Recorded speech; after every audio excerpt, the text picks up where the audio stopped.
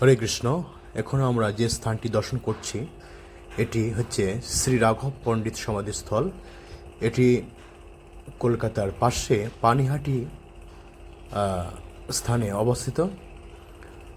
সতপুর station থেকে পানিহাটি ইস্কনের আর সন্নিকটেই এই আশ্রমটি রয়েছে। শ্রী রাঘব পণ্ডিতের সমাধিস্থল এবং সুন্দর রাধা মাধবের মন্দির দর্শন করতে পারবেন। তো সংক্ষেপে একটি ভিডিও তুলে ধরলাম। হরে কৃষ্ণ।